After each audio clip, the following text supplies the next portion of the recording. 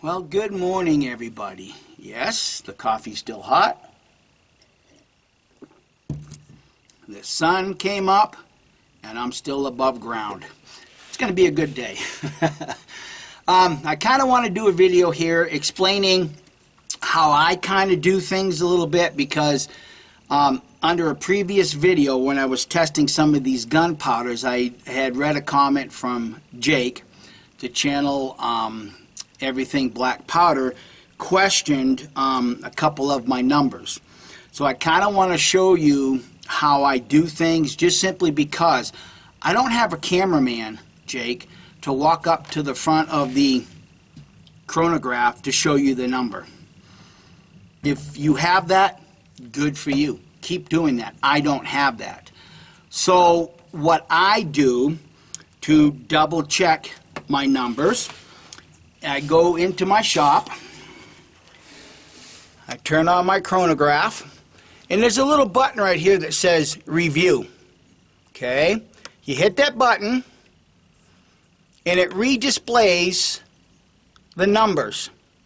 Shot 1, shot 2, whatever the shot is. Shot 3, it redisplays the number. So when I go back into my shop, I double check the numbers, and then I actually rewrite them down so that I can read them more clearly without having to cipher through a chicken scratch. So to answer your question, yes, Jake, it was 514. Okay? And then when I shot the next shot with basswood, that was 75-15, I got 1548. Now, it's not a confirmation bias. What I have found in life is that every human being has a bias.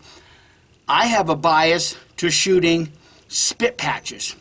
And just to refocus a little bit on the previous rendezvous, Cache La Plew, where I won both timed events, the reason I won them is because one of the guys I was shooting against likes having that long length of pillow ticking. Okay, now he did not use a spit patch. I've seen guys take that same pillow ticking, and as they're walking down along the range, they're actually wetting it with spit.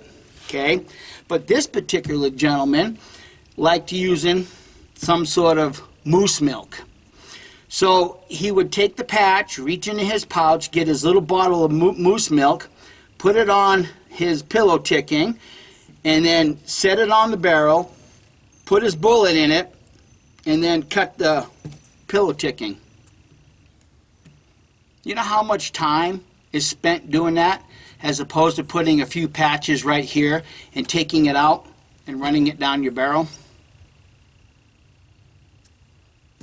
So I have a bias using spit patches, besides the other bias that I believe, through my experience and a whole lot of other rendezvousers that have more experience than I got, you do not want to put a detergent down your gun barrel, because you're taking that seasoning out of the gun barrel.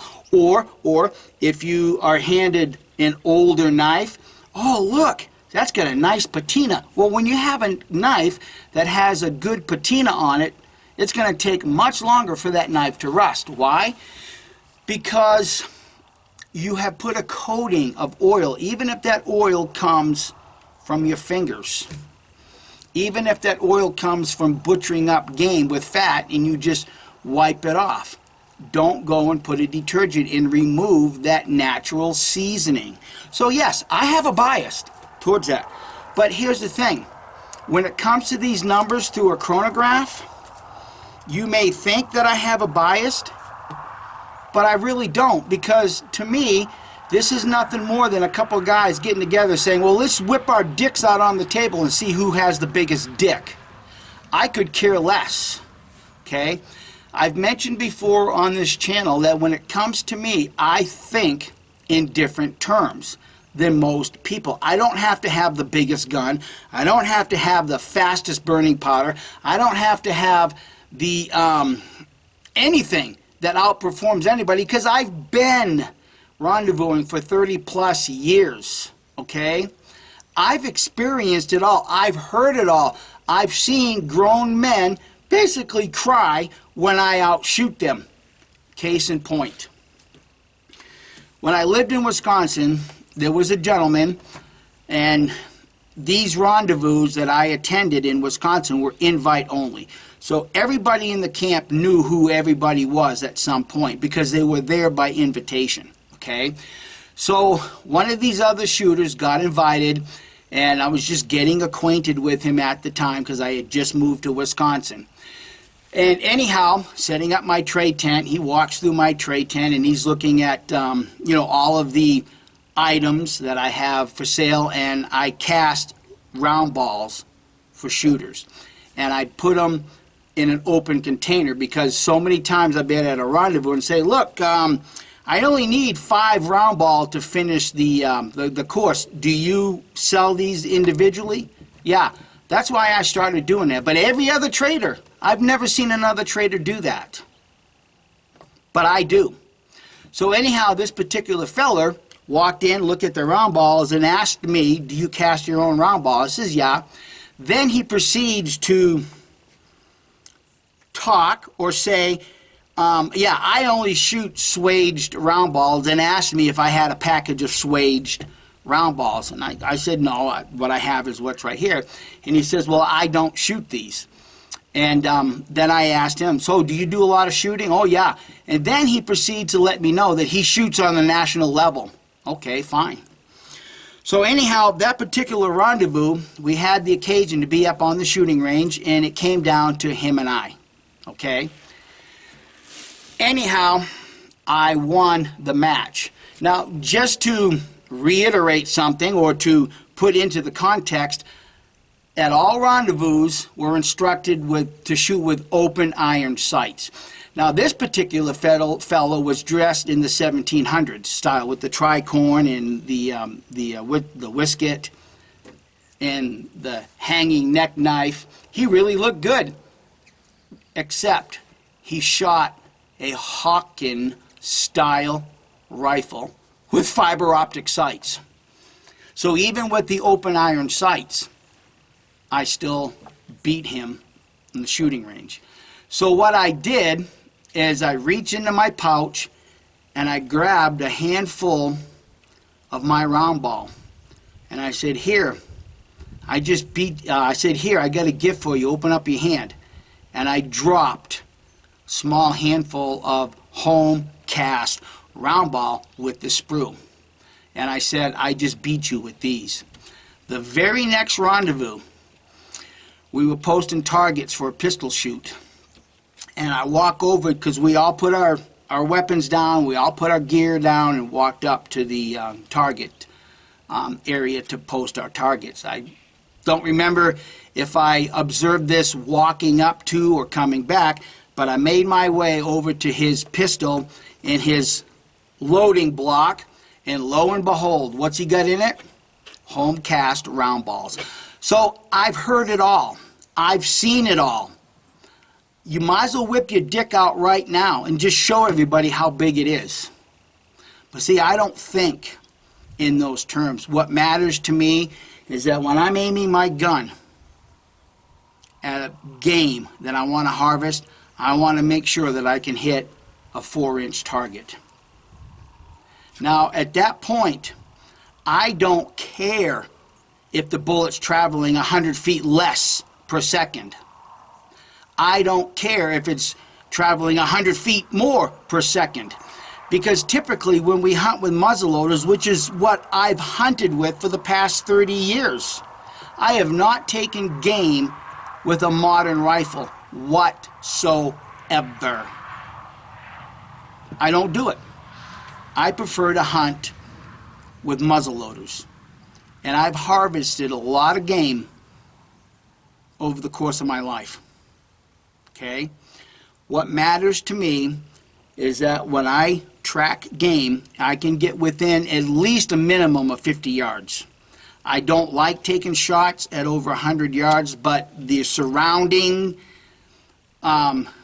mountains or the trees or anything like that may dictate that I may have to take that 100-yard shot. But even if I did, and I've done it, I've taken game, even if that bullet hits that deer, say like at 1,514 feet per second with a 77-13 formula, or it hits that deer with 1548 at a 75-15, that deer's just as dead. It's just as dead. I think in today's modern world, we have all convinced ourselves that you have to have a high-powered gun to take game because you want that game to drop dead in its tracks. And we should all know that when it comes hunting game with a muzzleloader, that's more than likely not going to happen. I say more than likely because the last deer that I took off these mountains was about 40 yards away. I shot it and I watched it hunch up, got real tight, and then it bed itself down right there. But it did not expire until several minutes later. So on that particular occasion, that deer pretty much died in its tracks. There was another occasion in Arizona. I come up over this ridge, and here's two bucks laying on the ground looking in the opposite direction with the wind in their nose. So I come up behind them. And the buck that I harvested was not the buck I was going for because the buck that got away was bigger. But at some moment, both bucks up and bolted. So while this one buck is making that leap in the air, I drilled it through the heart, and it dropped right in its tracks. That's all I care about. These numbers, yeah, they're good to have, but they really don't prove anything when it comes to taking game, because I think in men's mind, bigger is better. Oh yeah, that's right. Let's just whip it out right now and see who's got the bigger, better dick. See, I don't think in those terms. These numbers really mean nothing to me. It's like I've said in a previous video. Is it going to change what I do? No. I have a bias, I guess. Okay? But what's a little disconcerting to me in this conversation is that the very next video, I reran the tests out of my .36 caliber, and I told you guys all the story about shooting across the lake. So I kind of wanted to see for myself what numbers were achieved in my .36 caliber at 30 grains, as opposed to doubling that, which is what it took me to do to get across that lake. Okay? So when I reran that test, Jake, for the sake of argument, I reran the basswood, both versions of it, and both versions had 11 grams of sulfur. So I really didn't change the burn rate any more than you did by going with 77-13. You increased the potassium nitrate, but you lowered the charcoal, which would change the burn rate. So there again, since I used 11 grams in your formula, my formula also had the 11 grams. So I'm still on one level comparing apples to apples. But anyhow, when I doubled my charge using your formula of 77-13, I achieved 2,068 feet per second.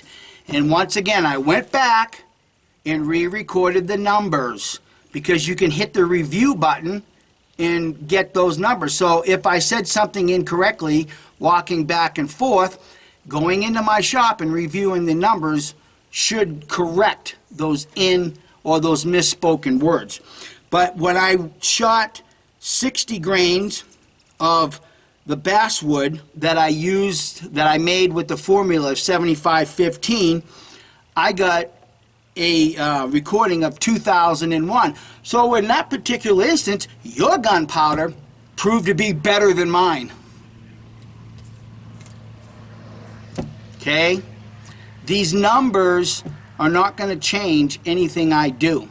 These numbers are not going to change the fact that when I get drawn for a deer hunt or an elk hunt, that I'm going to position myself in the closest distance possible. It changes nothing. So anyhow, guys, I hope that you can understand that sometimes, and Jake even admitted himself that he calls out the wrong number, and that's why he has the number right there on the front of the chronograph. Well, I kind of do the same thing when I go back to my shop. I review and I rewrite the numbers. My mistake in that particular video is that I didn't go back and I didn't catch it. I didn't go back and say, oh, oops, I meant 1514. Because that's what this said. Just like in a previous video, I bumped the powder charge up to 80 grains by volume, and I had memorized or remembered the previous shot was, what, 1549, I think it was? 1549. When I went back to the shop and I reviewed the numbers, I realized that the gunpowder that I pucked twice with 80 grains by volume shot 1547. So when I walked back the second time, I had remembered 1549 and I thought it was a duplicate. But I went back to my shop and I hit the button. This time I remembered to write on the screen, oops, I meant 15, or I was going to keep that number because it was 1547. So it did record the number. So anyhow, guys, thanks for indulging me. I'm sure on some level somebody's going to get pissed off at this, and I'm sure on some level people are going to say thanks for clarifying it, because I noticed it too, but it wasn't really a big deal to me because I don't have a dog in this fight. So anyhow, have a great day, guys, and we will catch you the next time around. Bye.